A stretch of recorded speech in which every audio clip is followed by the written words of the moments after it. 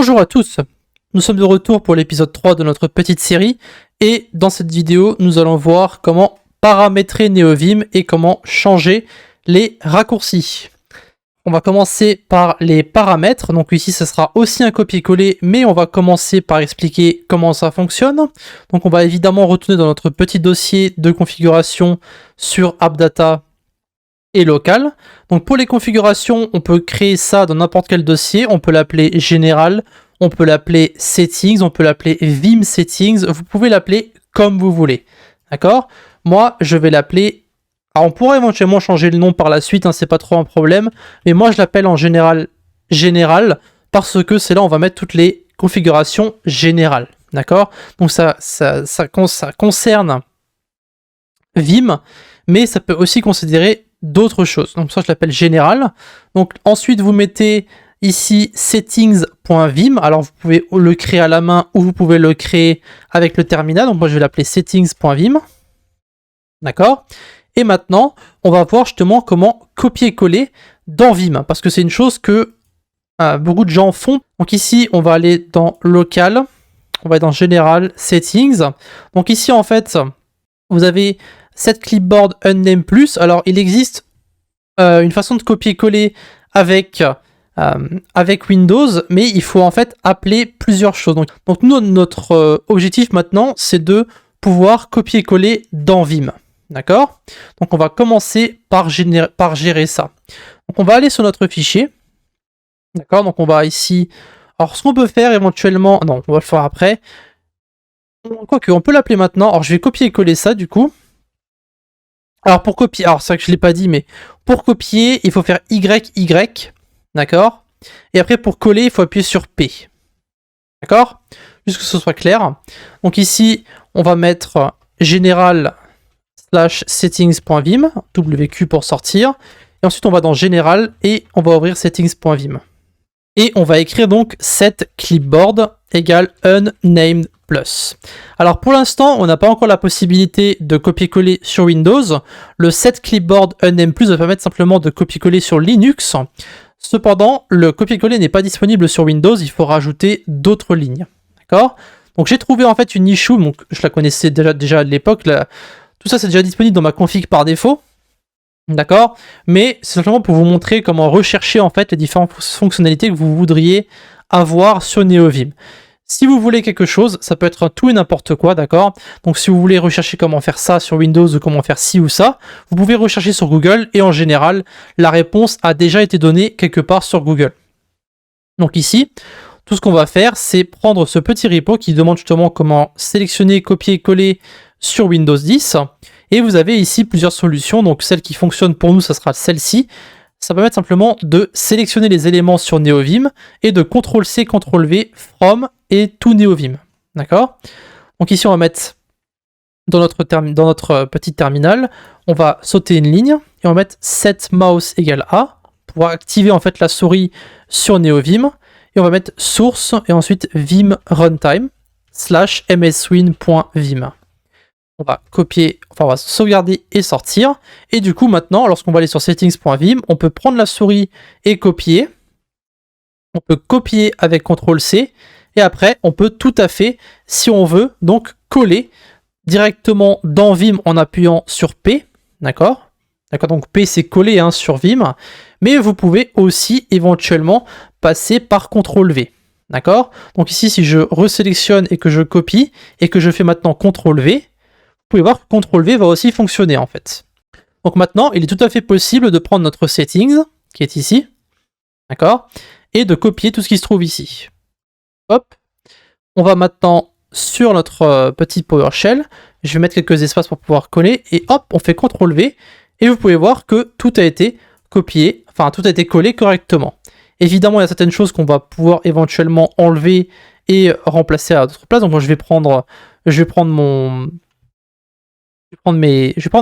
alors le source, je vais peut-être le changer de place. Vous pouvez le laisser en haut, ça n'a aucune importance.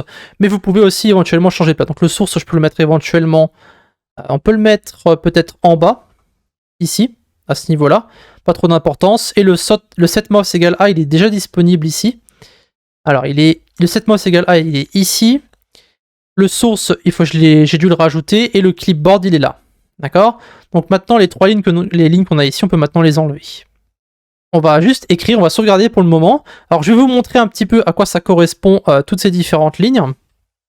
Alors il y a des commentaires qui ont été rajoutés, ça c'était par rapport, si jamais il fallait réexpliquer les différents éléments de configuration. Donc ici, vous pouvez voir qu'en face de chaque set, vous avez une explication. Donc syntax enable, ça va simplement activer le syntax lighting. Vous avez le hidden qui permet justement de afficher tous les différents buffers. Donc les buffers, ce sont en fait les noms des fichiers, hein, mais ça on verra plus tard. C'est pas que des noms de fichiers, le buffer ça représente plein de choses. Vous avez l'encoding qui va être montré sur l'écran, donc ça sera évidemment de l'UTF-8. Vous avez l'encoding dans le fichier, donc ça sera UTF-8 pour la sauvegarde du fichier en UTF-8. Le support pour 256 couleurs, les numéros de ligne. D'accord? Donc ici, si maintenant on relance le fichier, vous pouvez voir qu'il y a plein de choses qui ont été modifiées. Par exemple, vous avez ici show ruler qui va permettre simplement de montrer en fait la position du curseur à tout moment. Donc vous avez en fait ici, alors pour l'instant notre thème ne va pas montrer la position du curseur, mais lorsqu'on va ajouter notre thème, vous allez voir que ça va le modifier, enfin l'afficher pardon. Et vous avez ici à gauche, vous avez le numéro des lignes aussi. Je sais pas si vous avez vu, mais vous pouvez voir les numéros des lignes. Voilà. Peu importe. Donc encore une fois, toutes les options sont montrées ici. Donc maintenant, comment est-ce que vous trouvez ces différentes options? Alors je vais sortir et je vais vous montrer. Alors ça va être blanc. Voilà. Donc vous avez plusieurs possibilités. Vous avez set auto indent, set expand tab, file tab. Donc vous avez plein d'options que vous pouvez trouver sur internet. Donc top 50 Vim configuration. J'ai juste cherché Vim settings sur Google. J'ai pris les 3 premiers liens et c'est sur ça que je suis tombé. Donc vous avez set encoding UTF-8 pour utiliser l'encoding UTF-8, vous avez la statue, vous avez set ruler pour montrer la position du curseur, vous avez set mouse égale A pour activer la souris dans votre NeoVim, vous avez auto read, enfin vous avez plein de choses ici qui sont disponibles. Vous avez aussi celui-ci qui va introduire la customisation de Vim, qui va vous montrer justement quelques paramètres que vous pouvez éventuellement mettre, comme par exemple in your case, smart case, hidden, mouse égale A encore une fois qui est ici. Vous avez encore plein de configurations, donc wrap, vous avez tap stop, shift read, etc., etc. Donc plein de configurations pour pouvoir améliorer votre NeoVim. Vous en avez un aussi ici, vous avez HL Search, In Your Case, Spell, bref, vous avez plein d'introductions aux différentes configurations que vous pouvez mettre dans votre fichier. D'accord? Donc ça c'était pour le settings. Maintenant on va passer aux raccourcis. Donc les raccourcis ça s'appelle mapping, d'accord, dans NeoVim. Donc pour faire ça, on va créer un dossier qui va s'appeler keys, d'accord? Donc dans le dossier keys, on va mettre justement tous les fichiers où on va mettre des raccourcis, d'accord? Donc ici, je vais retourner sur mon dossier. Alors je l'ai fermé. Pourquoi je l'ai fermé? What? Alors attendez une seconde, je retourne rapidement dedans, parce que je l'avais fermé apparemment. NeoVim, voilà. Donc dans notre dossier NeoVim, on va créer maintenant un autre dossier qui va s'appeler keys, et à l'intérieur, on va créer un fichier qui va s'appeler mappings, et on va mettre .vim. D'accord? Alors ici, je vais vous expliquer comment ça fonctionne. En fait, c'est très simple. On va rentrer, alors je vais d'abord le sourcer, donc on va mettre init.vim, on va copier notre fichier source ici, et je vais changer, alors on peut enlever ça éventuellement, donc je vais mettre keys, et après c'était mappings.vim. Voilà, donc maintenant on va ouvrir keys, mappings.vim, et ici, on va voir justement comment rajouter des raccourcis. Donc c'est encore une fois, c'est sur mapping keys in Vim. Donc ici vous avez plusieurs possibilités, d'accord. Donc il y a vraiment beaucoup de mots-clés que vous pouvez utiliser. D'accord. Vous avez map, vous avez plusieurs choses pour nmap, c'est pour display normal mode map. Enfin, il y a plein de raccourcis. Vous avez plein de raccourcis que vous pouvez utiliser. Nous, ce qu'on va utiliser surtout, ça sera no remap et ino remap, d'accord, pour insert et replace mode et normal mode. Donc je vais vous montrer un exemple, ça ira plus vite je pense que d'expliquer au fur et à mesure comment ça fonctionne sur le wiki. Donc imaginons par exemple que vous voulez sauvegarder avec CTRL S, d'accord, vous voulez faire CTRL S, vous voulez que lorsque vous faites CTRL S, ça sauvegarde votre fichier, d'accord. Et bien ça va être très simple, on va simplement mettre no remap, donc N d'abord, ensuite no remap en normal mode, d'accord? Et ensuite vous mettez CTRL S. Donc CTRL c'est un C majuscule.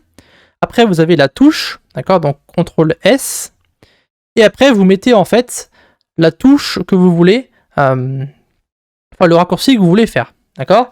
Donc on a vu que pour sauvegarder c'était des double points W. Donc double point W. Et après vous mettez CR, ça c'est juste pour indiquer qu'il faut exécuter la commande, d'accord? Et voilà.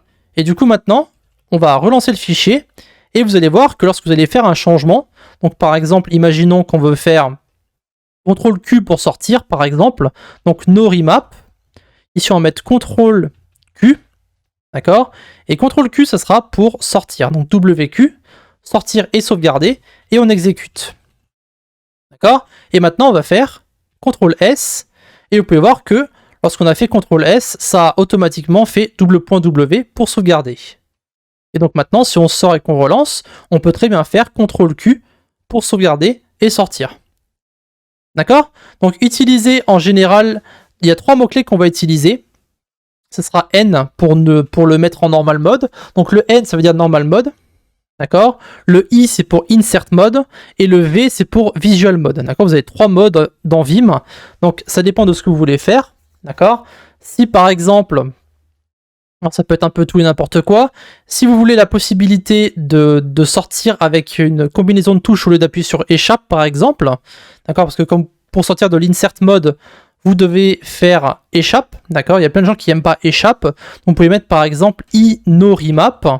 Vous mettez JK par exemple comme combinaison de touches, d'accord?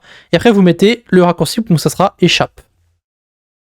Et donc maintenant, si je suis en insert mode, d'accord? Donc lorsque j'écris, hein, si vous faites JK très rapidement, vous pouvez voir que au lieu d'écrire JK, d'accord? Donc si vous faites J, ensuite vous faites K, donc ça va écrire J et K. Mais si vous faites JK très rapidement, vous pouvez voir que ça va directement vous sortir de l'insert mode. D'accord? Donc ce sont plein de raccourcis que vous pouvez en fait simplement ajouter. Donc si par exemple, au lieu de mettre JK, c'est peut-être quelque chose que vous allez écrire, que lorsque vous écrivez par exemple JK pour écrire par exemple Just Kidding, d'accord? Ça peut être un raccourci. Donc au lieu de mettre JK par exemple, vous pouvez mettre, je sais pas moi, AZER par exemple. Et que vous sauvegardez. Donc ici maintenant, lorsque vous allez être en insert mode, vous faites AZER. Et vous pouvez voir que AZER, boum. Évidemment, Vim va vérifier lorsque vous avez tapé AZER, d'accord? Donc il va vérifier AZER, boum, vous avez fait votre combinaison, et du coup, vous êtes sorti du mode insert. Ok? Donc, plein de raccourcis comme ça que maintenant, justement, on va juste copier-coller. Voilà, donc maintenant qu'on a vu comment ça fonctionnait les raccourcis, on va simplement récupérer ma config à moi. Alors, il y a plein de choses qui devraient être modifiées ici. Ça, c'est la config de Crisat-Machine, d'accord? Donc, et on pourrait éventuellement la changer par la suite, mais vous avez plein de choses qui sont utiles, qui sont vraiment très simples et très basiques à mon goût, comme par exemple changer de buffer avec Tab ou Shift Tab. Vous avez la possibilité de sauvegarder ou de quitter avec CTRL S et CTRL Q, hein, comme on l'a vu précédemment. Vous avez la possibilité de taber avec GV et GV pour taber, détaber, peu importe, donc ça. Vous avez la navigation avec CTRL H et CTRL J entre les différentes fenêtres, etc., etc. Donc on va simplement copier-coller. Donc encore une fois, la plupart du temps, lorsque vous allez commencer, vous allez surtout copier-coller des configurations, et au fur et à mesure, lorsque vous allez en fait vous intéresser petit à petit aux différents raccourcis, vous allez justement créer vos propres configurations petit à petit.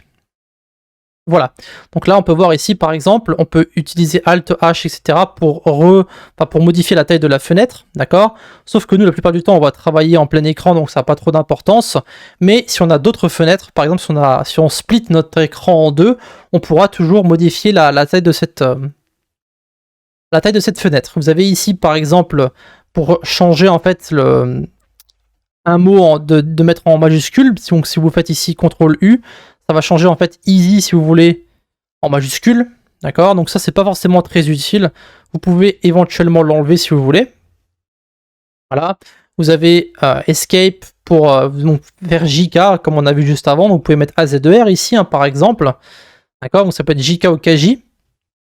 Personnellement j'aime pas trop ça non plus, donc ce que je fais en général c'est que j'enlève aussi. C'était juste pour montrer les paramètres de juste pour vous montrer un petit peu les différentes possibilités que vous allez avoir, mais cette configuration n'est pas la mienne, d'accord? Moi, je créerai mes propres raccourcis par la suite, c'est juste pour vous montrer comment vous pouvez éventuellement en faire. Donc là, on fait CTRL-Q pour sortir. Donc ça, c'était pour les paramètres de NeoVim et aussi pour les différents raccourcis. Donc on va rajouter des raccourcis au fur et à mesure lorsqu'on va installer des extensions, lorsqu'on va installer des thèmes, etc. etc. Et d'ailleurs, l'installation du thème, ça va être le thème de la prochaine vidéo. Donc ce que je vais faire, je vais vous montrer à quoi ça ressemble pour le moment NeoVim dans un fichier TypeScript par exemple. Donc je vais ouvrir un fichier TypeScript. Hop. On va ouvrir Alacrity directement ici. Donc on va mettre en plein écran, on va mettre NeoVim, et on va mettre ici par exemple client et AKRobot client. Alors GeoForce aussi il nous embête la plupart du temps parce qu'on est en plein écran. Voilà, GeoForce faut que je l'enlève, c'est de la merde. Donc ici, AKRO, boum, et du coup vous avez votre fichier. Donc, vous pouvez voir pour l'instant à quoi ça ressemble. C'est pas forcément très joli, ce sont les couleurs de base du terminal, d'accord? Donc vous avez pour l'instant à quoi ça va ressembler, donc c'est pas forcément très joli, on est d'accord. Et donc ça, on va le changer dans la prochaine vidéo où on va justement installer un thème. Et on va aussi installer un thème pour la barre du haut et la barre du bas. Vous allez voir que ça va être beaucoup plus joli.